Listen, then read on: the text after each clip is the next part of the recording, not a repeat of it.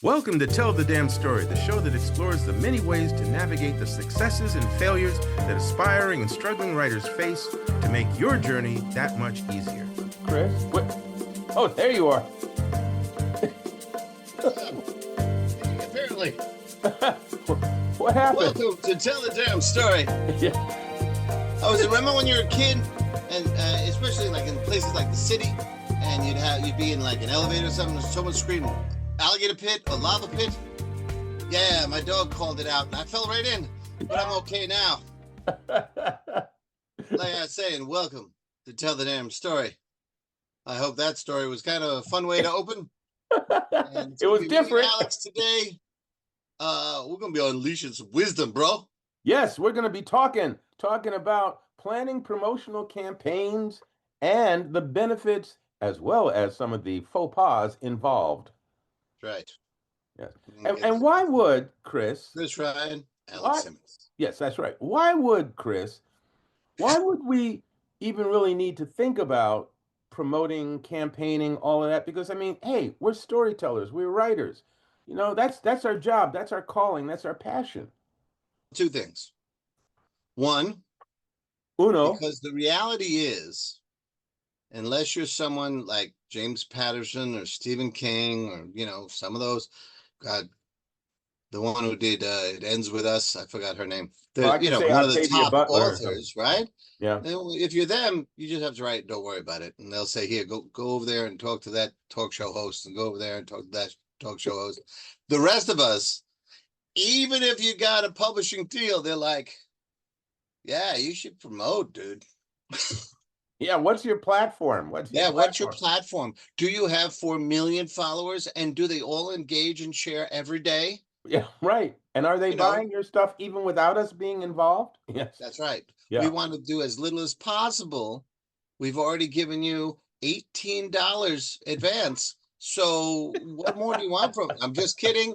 Big companies, I got to tell you, that was not me. I do have this novel that I'm prepping for market. And, I would never say that to you guys because you're my idols. Yeah, glad we cleared that up. Backpedaling, serious backpedaling here, but only as a joke, because obviously Chris is very, very honest about this. I mean, if they're honest, they'll say that's right. You don't get a lot of promotion, and you are expected to promote yourself. They will give you guidance. I'll tell you what, I've seen a couple of people who were independent, really independent, and they got picked up either by an agent or by a sale. And suddenly I see them a lot more active on social media in ways they weren't before. Mm-hmm. So I assume they're getting some guidance from someone, which I think is really cool. And I'm trying to learn from them. Call me Secondhand Jones, baby. And we'll get into that as a what can you do later on. But that's the hard reality is that, we do. That's one of the things you have to know is that you're probably going to be promoting yourself. And the other thing is, traditional or independent, seems like there's about 4 million new books coming out a week. They want you to do your own promotion in an ever more crowded market. So I'm not built for promotion. That's not my forte. This is fine. I do this. Alex and I do this as a service, hoping that you'll also be so interested in our charming intelligence that you'll say, wow. Wait a minute, I was supposed to be writes. I was supposed to be intelligent too? Damn. No, we each have to have one thing. You're charming. Oh, there you go. So if you're charming, and the dog is intelligent. So we're covered. We're covered. I'm sweating there for a moment. Yeah. But there's a ton of competition out there. Now, some of it is absolutely amazing writing, and some of it is trash. But there's still thumbnails on Barnes & Noble or Amazon or the bookshop or any of those other platforms. You're another book, right? And I have a lot of books, so there's a number of books, but you have to make noise about them in some way. Let's take this in a couple of steps, because when I talk to my screenwriting students, and they're saying, well, I'm going to be a great writer, I'm going to be a great director, and I don't need to worry about all that. I bring them back to reality with this one. So you're going to be a great writer, great director, fine, hire me when you get there. But meanwhile, you're going to have to be able to pitch your ideas. you're going to have to be able to come up with a way of stating your concept or your script or whatever it is so that someone goes, wow, I want that, or I want to be a Okay. part of that. Or, yeah, we want to, as Chris was saying, we want to distribute that. We're going to put some of our money and our time and our connections into supporting this project. But That'll first, lead we got us to hear back about it. to that'll lead us back to promotion. Right, exactly. This is what I'm saying. You have to be able Yeah. to promote. So that means That's initially thinking about your property in a way as a product and right. how do I convince others it has value? Yes. So, Alex, let me speak to your film students through you. You be the film class for a moment. Okay. What do you think the biggest film of this summer is going to be? I'll give you a hint. It's got a lot of oceans and boats, and it's a really ancient, like 3,000 to 4,000 year old story. Golly gee, Mr. Ryan, I don't know. Which one do you think it'll be? I would suggest the Odyssey, right? Wow, yeah, that Now, is ancient. so you'd say, well, yeah, the actors are promoting that. True. We've seen at least 4 or 5 actors on the circuit so far. Great. But you know who I saw on Stephen Colbert? I actually saw it on YouTube. I'm an ancient guy. I'm not watching all the late night shows anymore. Christopher Nolan. He came to the studio and sat for an interview, and he's Christopher effing Nolan, students, right? Think about Yep. how many huge hits he had, and he's promoting. Yep. So do yourselves a favor. Embrace the idea that you will be doing promotion. Well, I'm going to do television. I'm going to be a showrunner. Okay. I'm going to be the head of television for a big company. Okay. I saw both those guys doing a post finale interview with each other for Marvel's Daredevil this week. Yep. It's part of it. And And think about as, the conventions when they turn out, a yeah, panel of well, actors, producers, directors, all in this big panel to promote the film. yeah. And then they film them and put them on YouTube and they're everywhere, right? So Exactly. that's students, that is part of your reality now. So embrace it, brothers and sisters, you know? Well, here's the other thing too, and I'm But sorry to keep with interrupting you. novelists and stuff, same thing. Yeah, and I was But going you to don't say have that. that budget, bro. Yeah, right. But they wish they did. Here's the Yeah. other end of it. Again, if you are writing short stories or novels, once again, if you're going for, as we tend to refer to it, traditional publishing, then yes, you have to be able to promote to an agent or to a publisher or an editor, someone who's See, Alex, between you're you. talking about two different things. If you're pitching, that's pre-publication. If you're promoting, that's in Right. while the book is in But production. again, the I think we same have two different episodes. right, So but the same mindset is in play is I have to be able to project or present rather the value of the property or the value of my story, my item, my film, whatever. That's all I'm talking about. Is it is a different mindset. Yes. It's definitely different audience that you're actually going to try and get their buy-in. But smaller net. once again, you've got to put yourself out there. And so you have to Right. think about that.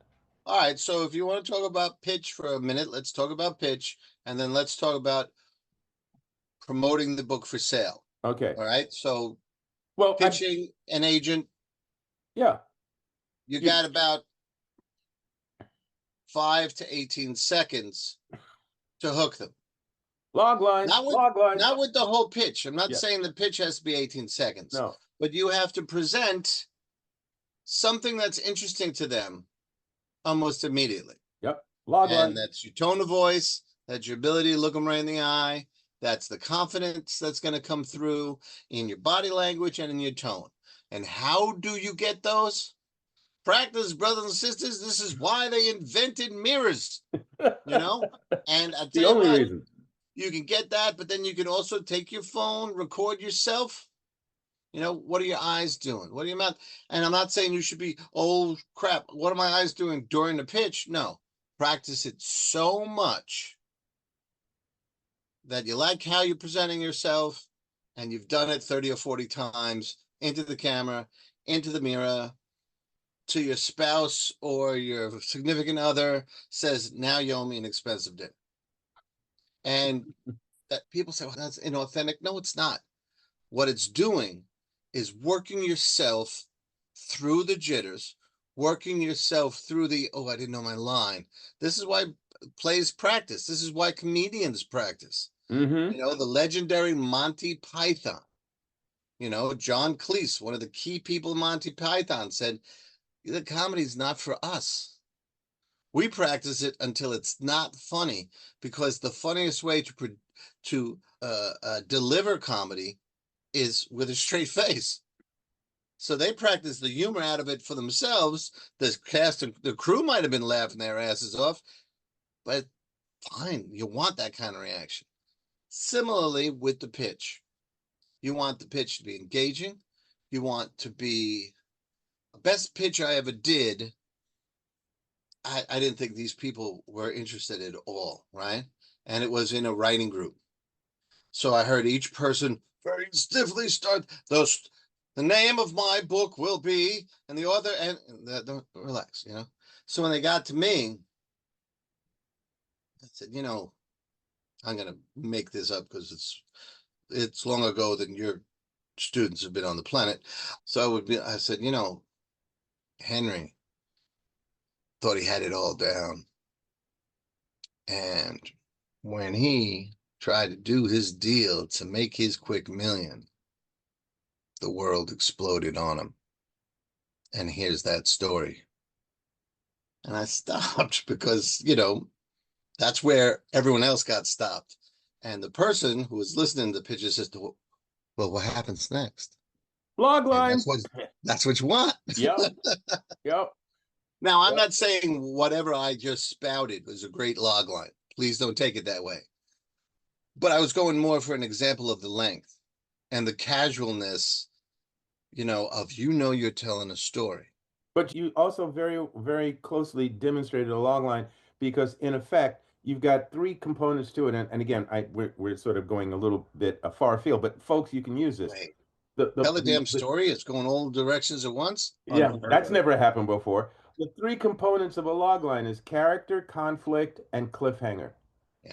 And you hit them all, right? Yeah. So we got a little bit of who, then we got a little bit of what? Oh my goodness. And then what? Wait a minute. So what happens next? Just the effect. And that's again the way you want people to react to your property. You want them to want more. And I improved that, okay? But I've practiced so much for all my various pitches that it's that far internalized. Mm-hmm. So it's the proof of what I'm trying to say. All right, so that's the pitch stuff, right? Let's say someone said, I want to see. And what they're going to say is, I want to see a synopsis. That's one page. I want to see a chapter sample. Probably a chapter breakdown if they're really interested. Okay, he's on here. Yes, 1 to 3 chapters, right? And make them the first 3, make them really polished, and there you go. And then they'll want to say, if it goes further than that, woohoo! They'll say, well, all right, I want to, since it'll probably be a first time, right? I won't take it seriously until I have the entire novel, completed novel. Well, here you are, because for your first pitch, don't go out unless your novel is finished and polished. Right. And then they get that. And then you hope that every line you go, remember Star Wars, when the New Hope, when he was in that little valley going to drop the bomb, that little hole. Yep. And they kept going, just stay on target. And it got more and more narrow. That's kind of the process. And then you got to drop your bomb in that little tiny hole and hope it works, right? Yeah, and so let's get the hell out of there. Yeah. Let's say it worked. Let's say they picked it up, get a lawyer to look at the contract, don't expect to be rich. You might get paid enough to be poor. Welcome to the writer's life. Yeah. And then you're going to have to promote. So you're back to the same thing. Where's the pitch? What would be useful? You want to try and push for a great cover. Great cover art will help. And then you're going to have to start thinking, okay, what can I do online? These days, a still promotion, everyone's looking for money. You know, Facebook will do some kind of magic where it gets less likes. Same thing with, you know, everything else it owns, which by the time we publish this will probably be this one. Video is working better. Getting on podcasts. We have an upcoming guest who booked somewhere between 30 and 60 podcasts to be on. That's a guy who is determined to sell this book. Appearances, whether it's doing a local reading, once the publication says, yeah, you can do readings, conventions, get on panels. I'm not aggressive enough on getting on panels. Then there's, for example, StokerCon. They'll have 17, I'm making that number up, but a lot of readings so people can go and see your readings. Those, by the way, are hardly ever well attended. You just need to get one or two people seeing it and say, you should have seen this guy, Alex Simmons. I'm telling you. I got one I for picked you. up his book, yo. An example of somebody who we both know and had been on one of the earlier episodes of Tell the Damn Story, just dropped a thank you to the world for a promotional thing that he just did. Jerry Kraft. Oh, yeah. Jerry God bless Kraft Jerry. and Kwame Alexander, two different writers working on their own separate projects, did a project, a book together called J versus K as a kid's book, right? Yeah. And they did it for, I believe it was a small publishing house. I'm not sure exactly. But the bottom line of it was, okay, the book comes out, and this promotional campaign they put together was to get on a bus, literally, and to travel from New York to Los Angeles, if I remember, hitting different bookstores and doing signings and things like that, going cross country for a month. Yeah, God bless. A month. A And month. Jerry Kraft has won how many awards? And he's done Numerous. so much great books, and he's done so many other things, whether it's teaching or speaking or paneling. God bless him. Yep. And he produced his own books for a period of time before he made it Yep. to where he And is now. got a real hard time from some racist elements, Yep. you know, and it's just, you got to fight everything, which Yep. is, you know what, but that's part of, this is like working in the ER. It's not for the faint-hearted. No. But again, when you put your mind to it, and again, this goes back to, so here's Jerry, who again has awards, right? Has some sizable awards, a Newbery Award, a Coretta Scott King Award, a couple of other things. He has awards. He says he needs to promote the book because he wants the book in people's hands. It's that important to him. He could have Yeah. sat back and gone, okay, let me let the publishers do their thing. Maybe I'll drop a social media a post here and there. But no, let me get out there because the other thing is he wanted to meet the people. He wanted to Yeah. meet his audience. He Yeah. wanted to be able to Well, dialogue with them. that's a great segue to the next example I'm going to give, which is a horror writer named Clay McLeod Chapman. Very Say nice that guy. again. Clay McLeod Chapman. I love that name. That's a great Yeah. name. Great guy. I've seen him a couple of times at shows that I've been at. He's always very encouraging. He always said, you should be out there more, get out there. And if you look him up on social media and you look at some of his appearances, he spent like last year being everywhere, right? And one of the things he does, again, you know, you think of something that is positive or does no harm and will get people to remember you, right? He'll be at a Barnes and Noble signing or some other kind of signing, and he'll take his phone and he'll be like, look at us, look at everybody. And then he'll run around the whole con, or he'll run around the whole signing, and everyone will get like almost a little blurry, but they're all, oh, you see how many people are there and all that stuff. And he's energized and everyone gets a little energized. And that's one of the things he got to be known for. Now he's branching out a little bit. He's got a new book coming out. I do not know the name of it. I haven't gone to see this, you know, sat down and saw this video yet, but he's on social media walking through what looks like a subway in a long blue dress. And he's got a beard, and he doesn't look, he's not in drag at all. He looks like this was the only thing that was clean in the whole house, that kind of thing. So I don't know. It's probably tied to the plot because, you know, he's smart like that. Another example is someone we had on very, very recently, Teal James Glenn. He spent 50 years as a stunt double or stuntman, right? So he has so much knowledge. He has no knowledge of hand-to-hand combat. He has knowledge of weapons. He has knowledge of how to be a storyteller.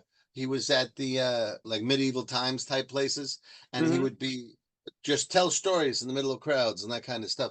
And he has developed like a like a little mini class or program where he will explain, how you would use these weapons. What's the difference between medieval weapons, or which gun do you do what's the thing that would happen to your character if you fired or she fired or they fired this gun. Then he has hand-to-hand combat. He's done sword fighting presentations. What skills do you have? You don't need to be a sword fighter. You don't need to go kung fu fighting unless that's your skill, right? And then I using spent that to 30 do years in what? a classroom. I can talk to any group, There you go. Okay, that's what I right? wanted you to bring. So Yeah. that's something that I can do. I did some stand-up. I did some sketch comedy. So I have those things, right? I also am pretty creative with coming up with still photos or cover shots or other things like that. You put on. One of the things that I have been working through, and we all have to work through, is you have to know the how steep the mountain is that you're going to be climbing.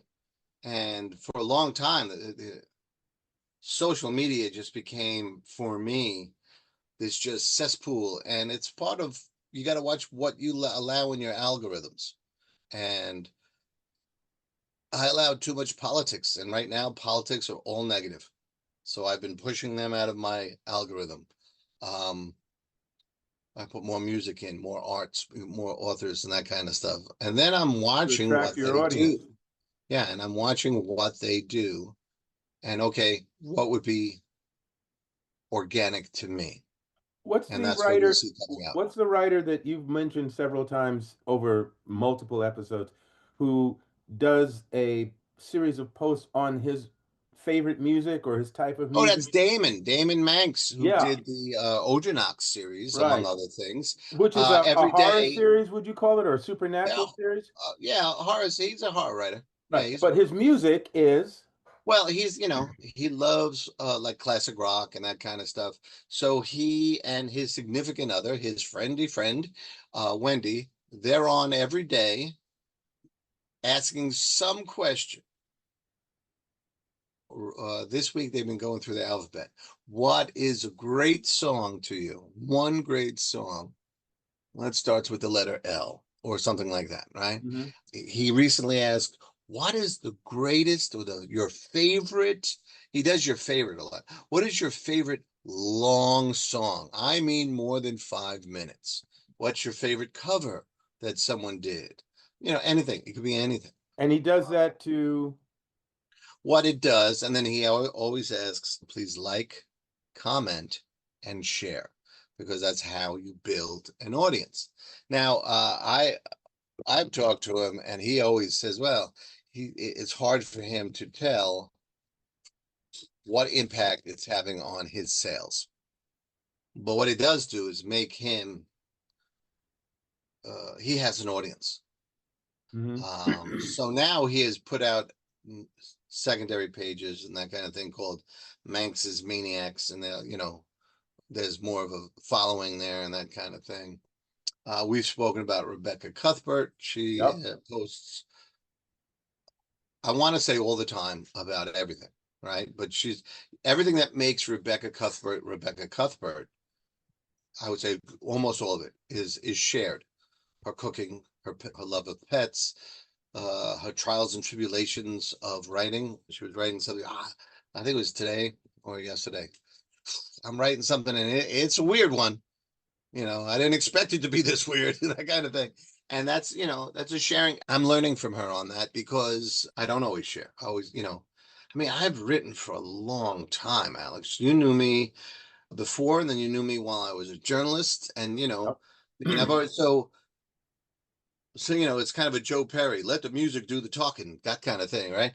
But if they don't know about, what I'm writing, they don't know. So I am starting to do it. I took a big chance. I think it was today. I had been thinking, because I have to organize my thoughts on Fridays. Fridays I clean something, clean the house, clean something. I was working on growing grass. So guy from the Bronx, that's a pretty No, alien no, no, that's experience. lawn. That's front lawn, folks. I Lawn, just right, want to be lawn, very clear about that. He right, hasn't right, right, taken right. up a new side hustle. Not Yeah, the other this kind of guy. grass, man. Yeah, Nah, yeah. man. So yeah, I was filling in the patches and watering it and all that stuff, but it was just an excuse to be doing something physical while my brain was working on a story problem. This is a problem, and I realize I have a novel that's in the hands of experts, and could be going out to market. I have a new poetry project that has grabbed my soul. I've got this novella that I'm working through my writers group, showing them chapter by chapter, and they're saying, I want more, I want more of this, more of that. And my back catalog. And I just said that I'm grateful. And that got response. One of our favorite guests, Tom Snagowski, was like, loafer. Let me throw something because we're getting close to the end time here. What you were talking about again, very much so, is people having, or should say, people building communities Right. to support the projects that they are promoting. And I just want to give one more quick example of that. Well, The film- I would just say the only way I've seen that work is when people are authentic to themselves. So Right. whatever you are, build on that. Go ahead, sir. So I'm going to mention that there was a filmmaker, a young filmmaker, some years ago, who studied at the New York Film Academy and then went off. And I'm hoping I'm getting all this right, sir. And I'm saying sir to him if when he Right. eventually hears this. Not me. Right. But he went off to become an actor and to pursue his dreams and everything. And he went out to California and he got into some films and all that. And loves driving. So that was one of the things he did. And one of the films that he managed to get into was one of the Fast and Furious films. And that's great, but he still wanted more. He wanted, continue to build his career. And because of him, as he puts it, I'm going to not quote him, I'm going to simply say, because of his cultural heritage, Okay. Hollywood wasn't using him as much as they could or would have been nice, or certainly not as much as he hoped. And he had a project of his own that he was thinking about, and it would involve cars and everything. So he started to create his own story, his own screenplay for this project. And eventually he got a producer involved, an actor producer, who said, yeah, this is a cool independent project. Yeah, let's work on this together. Let's develop this. Now, here's where I'm going with why I'm compressing a lot of the developmental story aspects is his one of his passions, one of his fun things was car drifting, like you see Okay. in the Fast and Oh, Furious. okay. So in real life, this is something he was involved in. Wow. And Okay. and just organically and to quote Chris, authentically, right? Yep. This is where he was hanging everything. So when this script began to find itself situated in that world, and when they finally got to a point where they were ready to shoot, they had like that much of a budget. Yeah, bro. So it was like, what you got? What Robert Rodriguez? What do you have to Sure. work with? I got a turtle, I, a guitar, right? yeah, I love they say, right what you know. Yeah, He says, look around your house and look around your world. What do you have access to? right. Right what you So have. so what this actor did, and if I'm gonna hopefully pronounce his name right, it's Sung Sung Kang Okay. Kang, right? What he did was reached out to the car drifting community. And not only did they help him find locations and things like that, but even in shooting the film, they put out the word. They were able to put together a crowd for some of the arena scenes and things like that. And then to promote the film to this community when the film was finished. Oh, So cool. it's, and he came back to talk about that process to a lot of the young filmmakers that were at the school recently. But I'm just saying that, folks, and this goes back to the top of this episode, and maybe we didn't get there the way you thought we would. But the bottom line is this: A, you have to be prepared to promote your work. Now, whether it's a pitch or whether you've got a product sold or you produced a product and you're putting it out to the community, to the audience, that arena, you have to be able to pitch or promote your work. You have to have that mindset, unless you happen to be connected with folks that are going to do it for you, which a vast majority of us are not. So understand the value of your work. Map that out the same way you mapped out your story. What I have to work with, what are good lines, like Chris was talking about in terms of log lines, how to present something in a concise period of time, very short, so that you can hook that person's attention initially. You do the same thing in writing, being able to write a couple of really tight, engaging sentences that make someone to go, what next? Tell me more, whatever. Make sure they're organic, and make sure that you can just say it to yourself, say it out loud, like you're getting paid a lot of money, often a lot. 20 or 30 or 50 times is not outrageous. It's not. Think about it.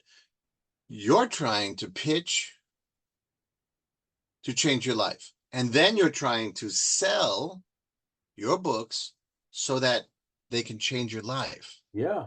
How much effort would you put into that? I'll give you a number. Screenwriting 1 students at my school, the first semester, they are responsible for turning in 100 log lines. Ooh, baby. 100 log lines. That's 50 words, about 2 sentences, describing 100 different concepts.